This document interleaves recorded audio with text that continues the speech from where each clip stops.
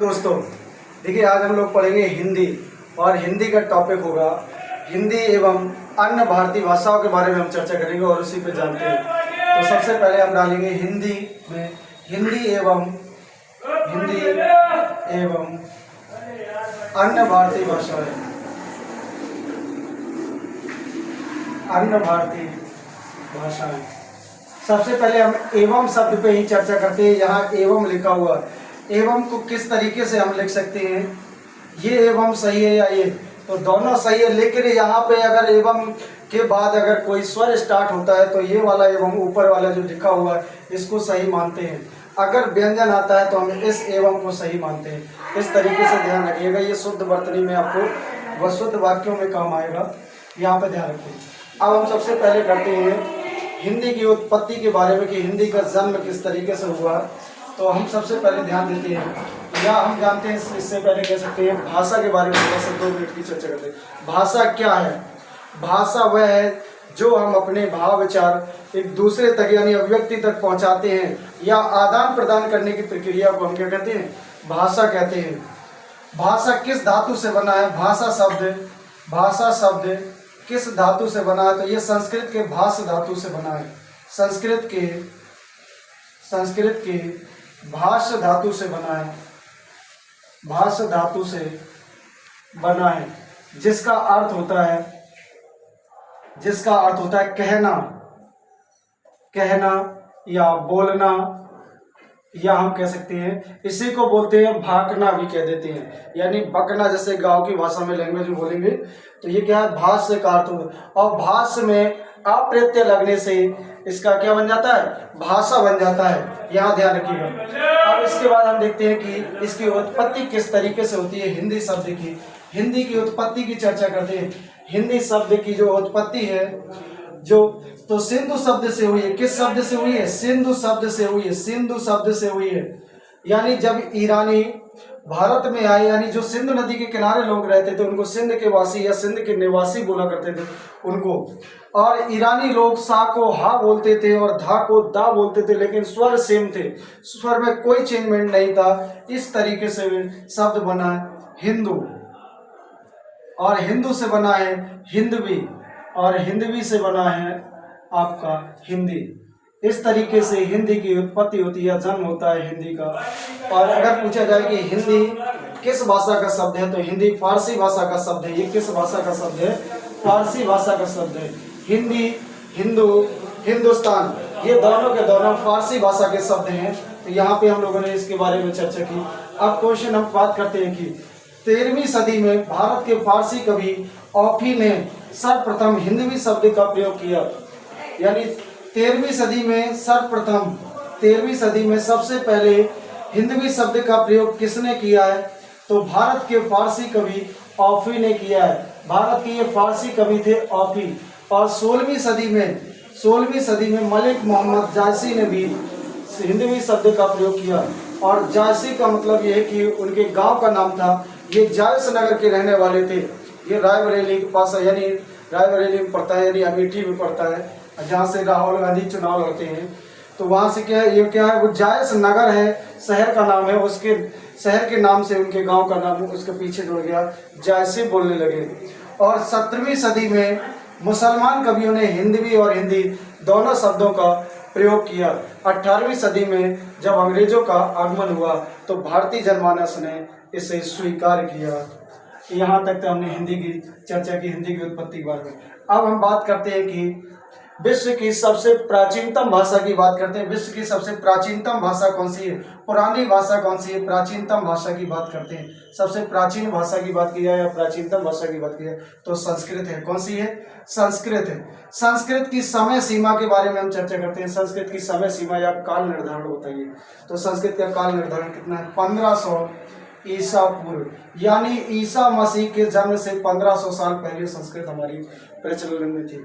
अगर आपको ये पता है कि ये 1500 साल पहले थी तो इसके कुछ साक्ष्य होंगे, कुछ प्रूफ होंगे, तभी तो पता चला कि हमें 1500 साल पहले थी। जैसे अगर किसी बच्चे की पूछिए एज कितनी है, अगर वो बताता है मेरी 22 साल है तो उसके प्रूफ होते हैं, आधार कार्ड है, राशन कार्ड है और आपका ड्राइविंग लाइसेंस या मार्कशीट वगैरह। इसी तरीके से इसके भी कुछ साक्ष्य होंगे।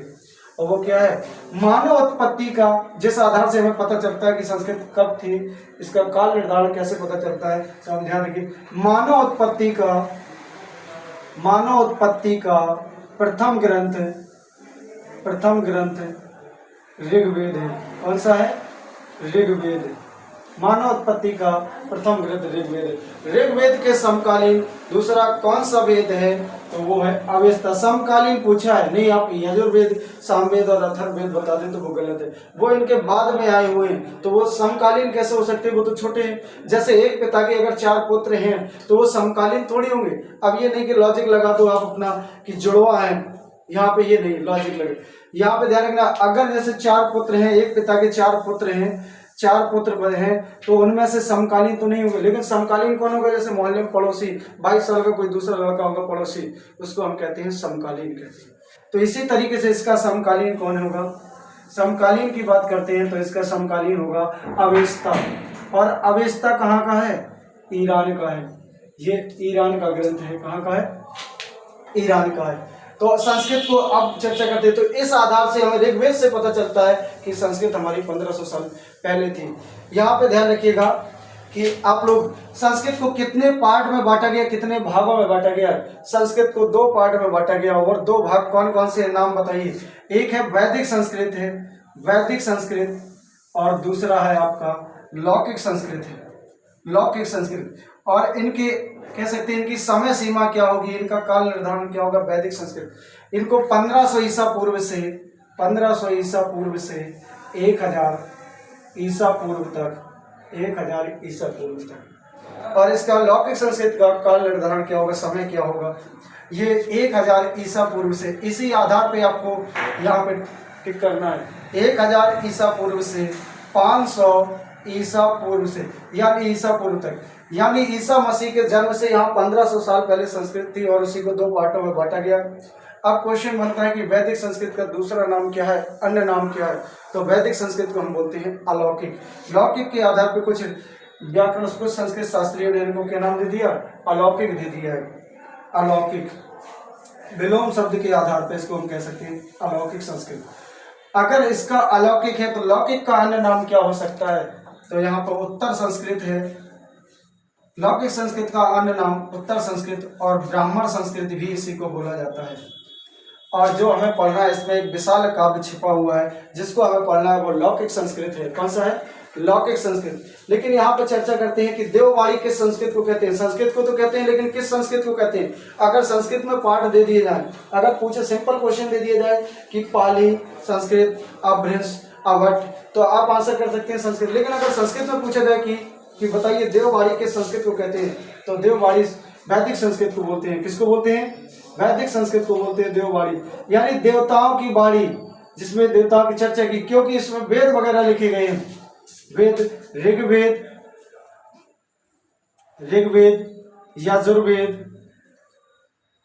यजुर्वेद,